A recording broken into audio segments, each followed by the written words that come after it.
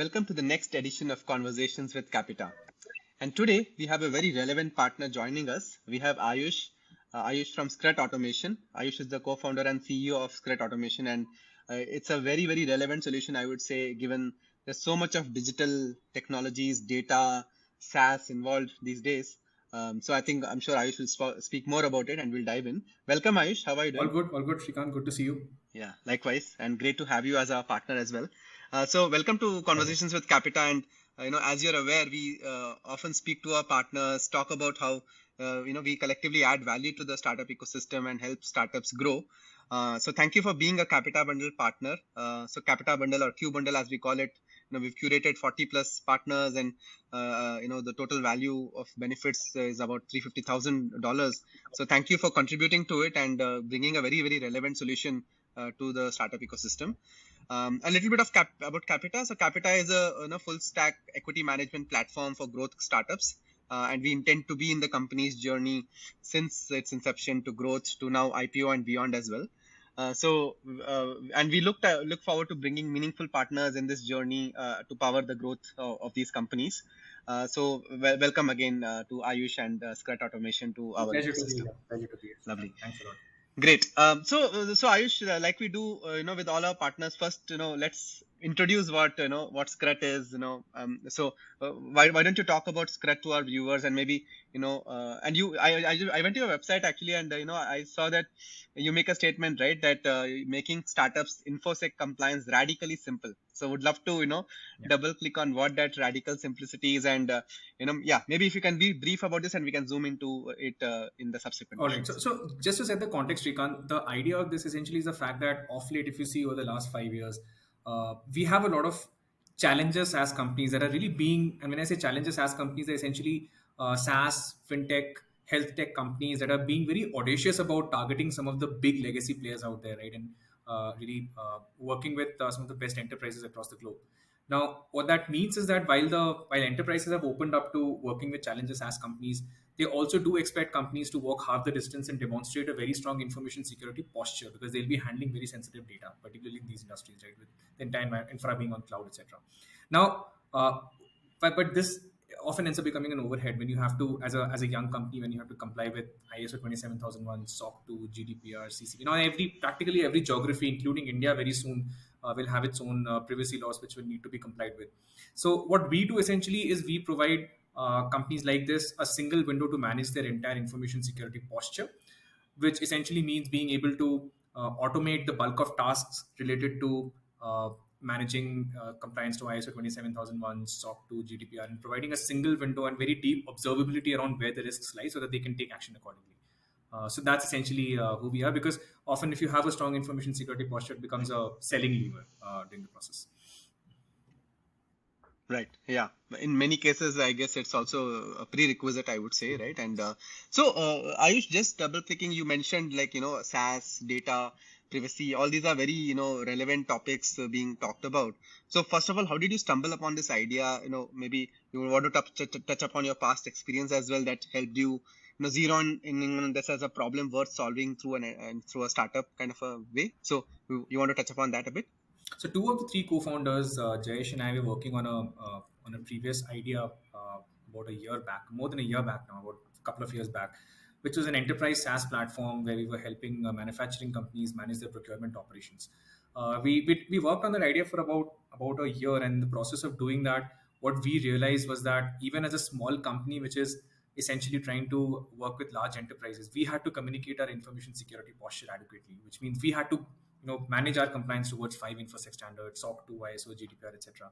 And that's when we came across our third co-founder now, Kush, who's been in the space for the last 15 odd years, has carried out 3,000 plus assessments across the globe, both in India as well as the US.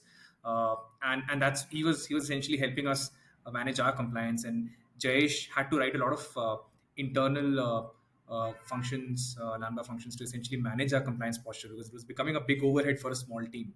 So while we stopped working on the previous idea for a variety of reasons, but this experience really helped us get in touch with this reality out there that, look, for a company to be able to punch above its weight, and for a young SaaS company or a fintech company to sell to large enterprises, they really need to manage their infosec compliance in a more efficient way.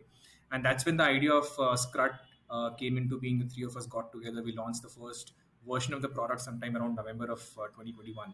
So the idea of Scrut really came from a very, very deep pain point that we had faced, and essentially Scrut is the root word for scrutiny.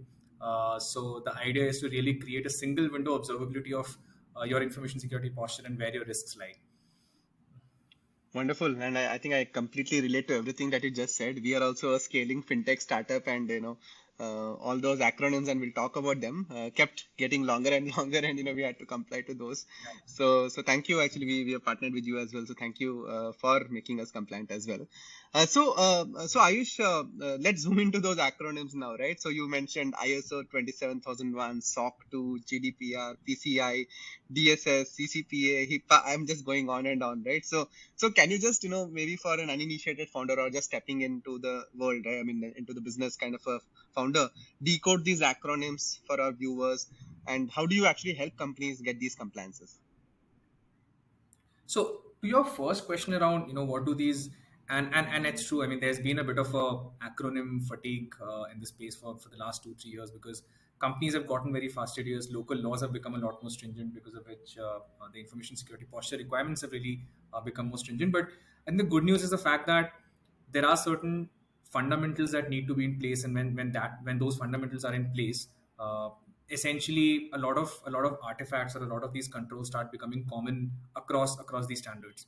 But just to put this in context, essentially, what standards you would need to comply with uh, is a function of the geography that you're operating in typically, and the space that you're in, the kind of environment you're running. So for example, if you're a SaaS company that predominantly sells in India, Southeast Asia, and some parts of Europe, right? A combination of ISO 27001 and GDPR would essentially be the right combination for you. But if you're a company that has US customers, or you are selling to entities that have US customers, because these standards tend to be recursive, right? Then in that case, you would need a SOC 2 in addition. GDPR is now, and there are standards like ISO 27001 and SOC 2, which essentially communicate, which is a common language for you to communicate your information security posture. But then there are also laws like GDPR and HIPAA, and the implications of not complying with certain laws can be a lot more severe. And these laws essentially correspond to privacy requirements across different geographies. So if you're selling in the Europe, or you're selling to companies that have any form of European PII, then GDPR also starts becoming relevant. But the good thing is that oftentimes we've seen a lot of our customers and other founders, our peers, get a little overwhelmed when their customer demands them to be compliant with a GDPR as well as a CCPA, and also with a, let's say, a Singapore PDPA, which is of late become very important, right? But the good news here is that once you have those effective and those essential controls in place, they cut across standards. You don't necessarily need to duplicate a lot of work, and that's where Scrut comes in handy, because then what essentially happens is that so the approach we take is, given your environment, given the industry that you belong to, and given the geography that you want to sell to, right? We first identify where your infosec risks are, and once those risks are identified, then we create the right set of controls that talk to those risks, that help you mitigate and manage those risks. And these controls would inevitably make you compliant with an ISO 27001 or a SOC 2 or a GDPR. And a lot of these controls actually cut across standards, right? So access control, for example, or encryption, what encryption policy you follow. Those are things that essentially will cut across standards. And what we are also able to do is that, given that the kind of customers that we work with seldom have any form of legacy infrastructure, most of them are on the cloud, most of them are using managed services within AWS, Azure, GCP.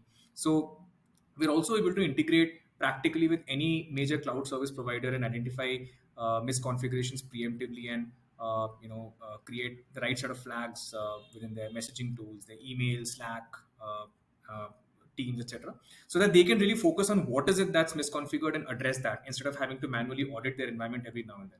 And so, I mean, what that ends up doing essentially is, when we engage with the customer, we'll identify the gaps within the first couple of conversations. We'll identify the risks, and after that, the journey from there, start to end, towards complying with an ISO 27001 or a SOC 2 or a GDPR or a HIPAA, becomes super smooth, because then identified the master set of controls that need to be placed, and then they can start becoming compliant continuously, cutting across these standards.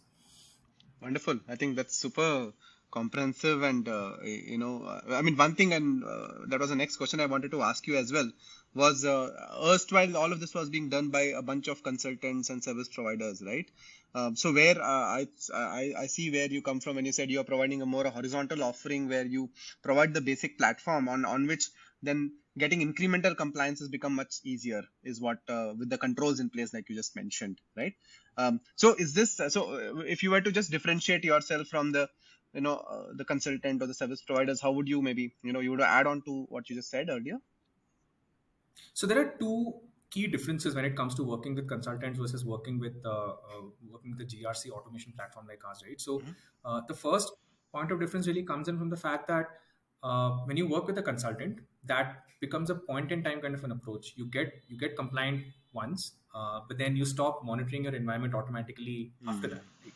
Uh, and oftentimes in an environment which has legacy infra, which has a combination of, let's say, on-prem or cloud infra, working with a consultant sometimes makes sense, because then the consultants would help you with the general change management bit as well, right? So, and there's a lot of mindset issues that need to be taken care of.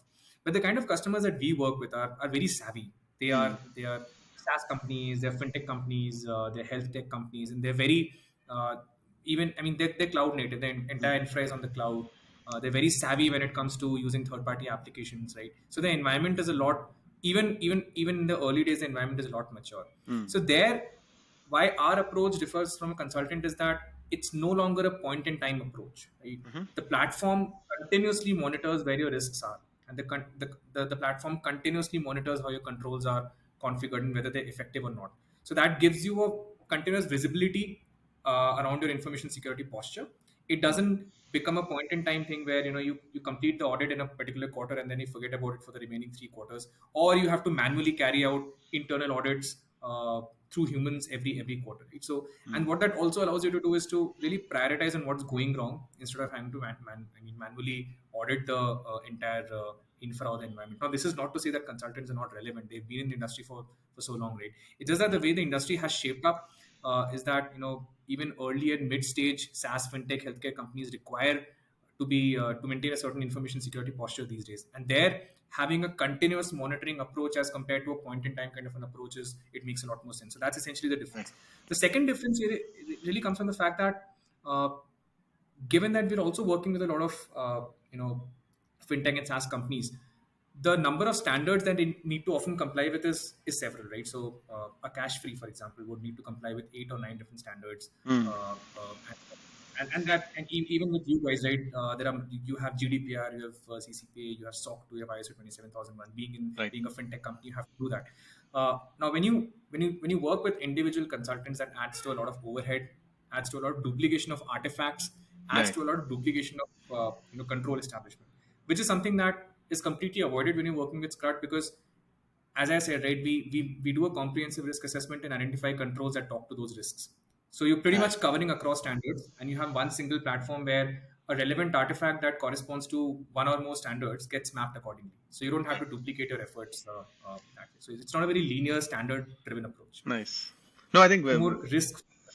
Yeah. yeah, no, super relevant, and I can see. I mean, most sectors are also evolving, right? They're going from that point-in-time approach to more a real-time approach, and everyone is kind of, India is becoming the SaaS powerhouse, I would say, for the globe, and the compliances will only increase as they go to more geographies. So I definitely relate to all that you just said. So lovely. Next, I wanted to just quickly ask you, like, especially for the founders listening to this conversation, right?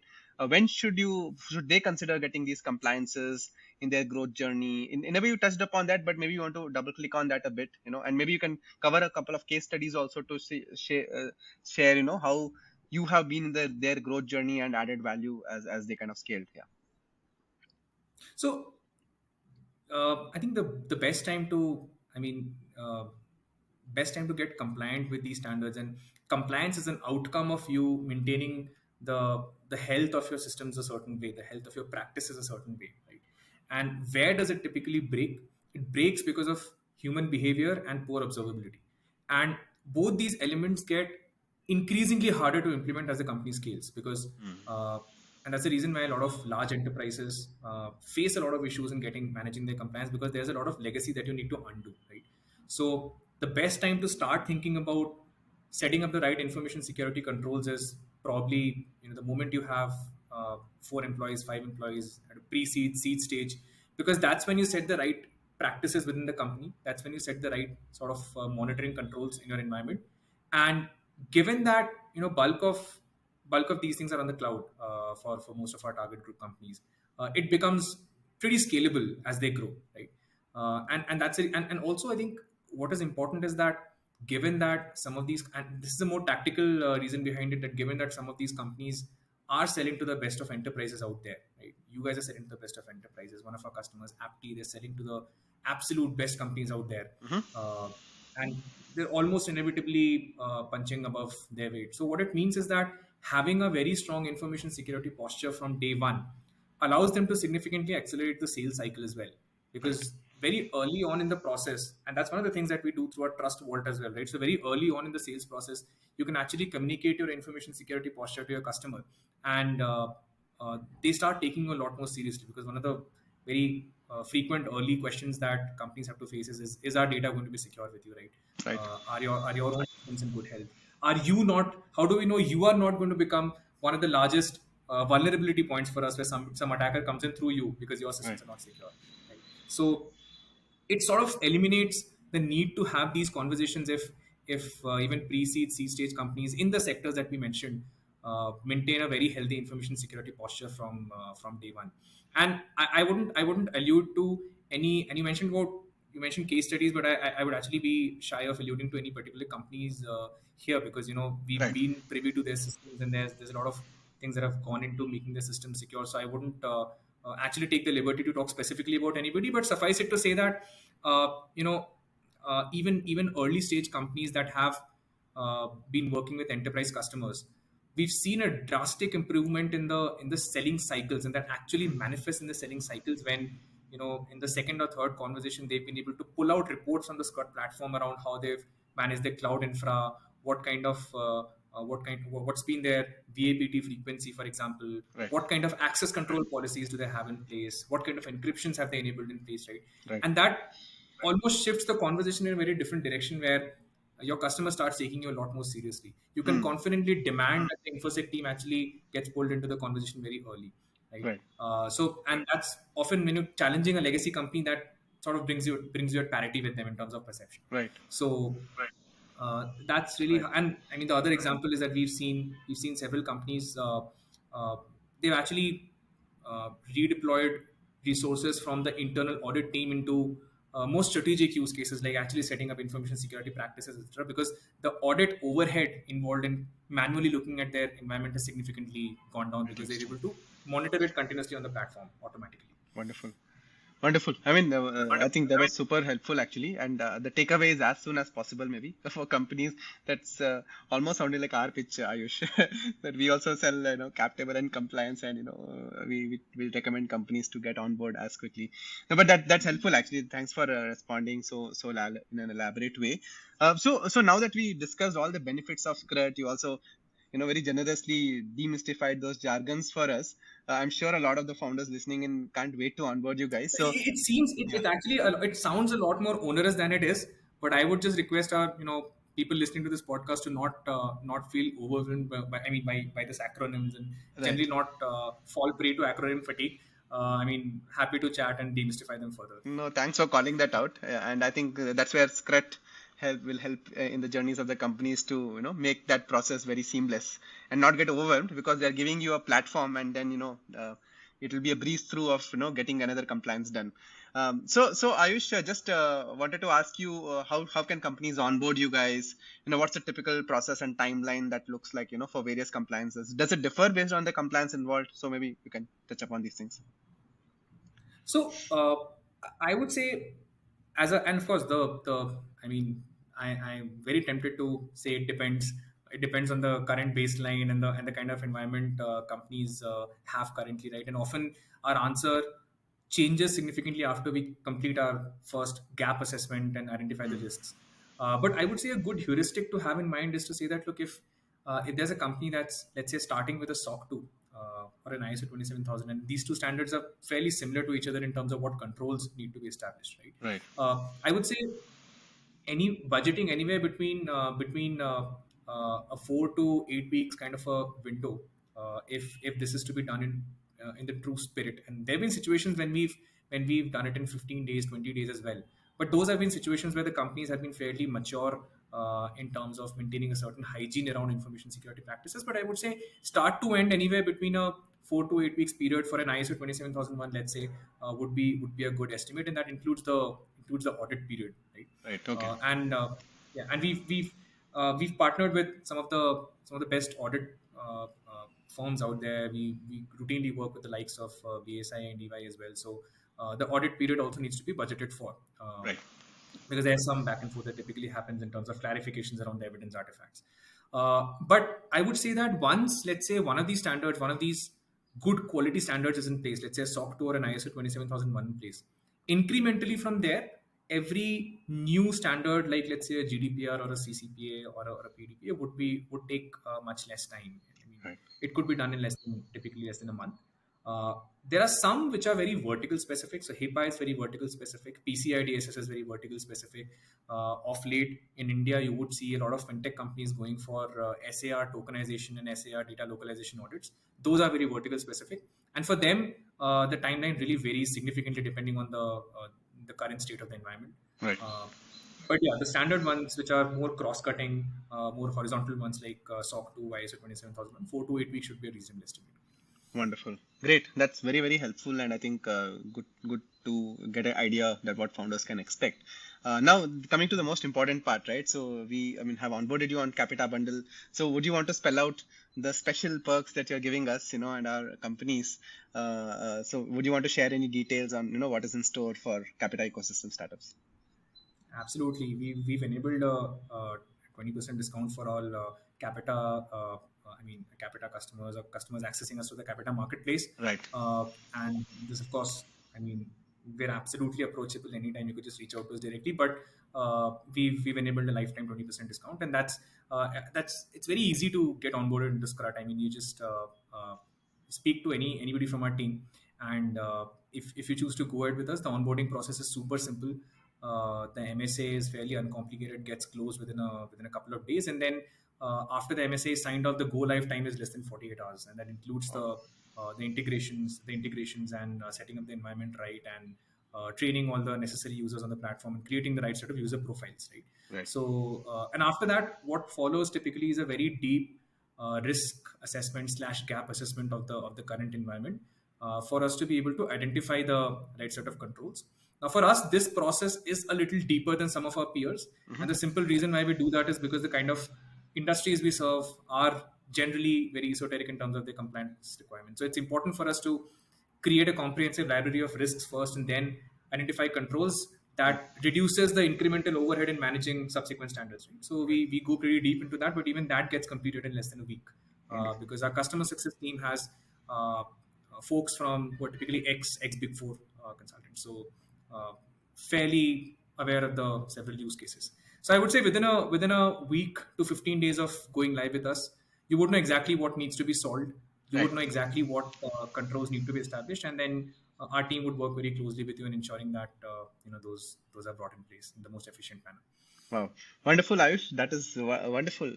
20% lifetime discount to all Qapita ecosystem startups. So there you go. You know where to reach, and we will definitely put you in touch as you have those requirements for your companies. So Aayush, before we let any entrepreneur go, we definitely ask them to kind of share their learnings, experiences. I mean, it's always both a joy ride and a tumultuous ride, with so many ups and downs. So what are your top 3 learnings or some things that you would like to share to the ecosystem and the founders listening to you? So I think there are 2 learnings we have, and these are the 2 that we keep talking about very fastidiously within our teams also in every meeting that we have, and all of us are super aligned on it. And the first one is the fact that look, oftentimes we do get our bar around what the product should look like is often very high in our heads. But what we realize very early on is that it's really important to build with the market because building in isolation can actually throw us down a wrong path because we've often not sampled enough. And while it's really good to start or build products that the founders have felt a lot of personal pain around because that lets them connect with the problem, but the connection should be limited to the problem and not to the solution, because I think the solution needs to come with the market, right? So it's very important to find the early set of backers, not only in terms of investors but also in terms of customers who are willing to take the punt on you and help you build the product in their environment. And we've been lucky to that extent because we've always co-built with the market. Our early set of customers have had a strong faith in us, and they continue to do. G2 reviews reflect that. But it's very important to, I think, keep listening to the market and not be driven by what we think is the right answer to the problem that we connect with in the first place. And I think the second thing that we strongly believe in, and I don't know how right or wrong this is, right, because we're also fairly early in our journey and a lot of things would need to be tested with time. But in general, our hiring approaches, so pretty much everybody that's on the team right now, our interviews are seldom focused on a person's achievements. Our interviews are usually very focused on a person's failures and the wrong decisions, the horrible decisions they took, and that's how we built the deepest relationships, the deepest connects. That's how we've ensured that people within the team are very comfortable with ambiguity, with entropy, with failures, because and we are always backing each other up for taking decisions. So I think that's one approach that has worked well for us so far, and we've been able to ramp up our leadership team pretty quickly that way. But as I said, we're also fairly early in the journey, too young to be giving advice. I think time will tell. Yeah. No, I think, yeah, like I said, it's sharing of experiences, and I think any experience is helpful. Especially the second one is super insightful. I think, yeah, indexing on failures and learning from it, and ability to talk about it, I think is a great way. I mean, I'll definitely try to employ some of those tips. But yeah, problem centricity, the other thing you mentioned, really, really relevant for everyone. I think everyone in the team as well. I think wonderful, Ayush. Really, really enjoyed this conversation. Obviously, all that you do, but also the other, the journey and the experience that you've had. Really enjoyed and learning about you and Scrut automation. So again, thank you for being part of the Qapita bundle. We hope that a lot of startups will be interested to try out your solution. We'll try to obviously evangelize and talk about your offerings to our ecosystem more often. So thanks again for making the time and answering all these questions very generously. So thank you, and all the best for your growth journey as you scale from here. Thanks, Srikanth. It's been a pleasure.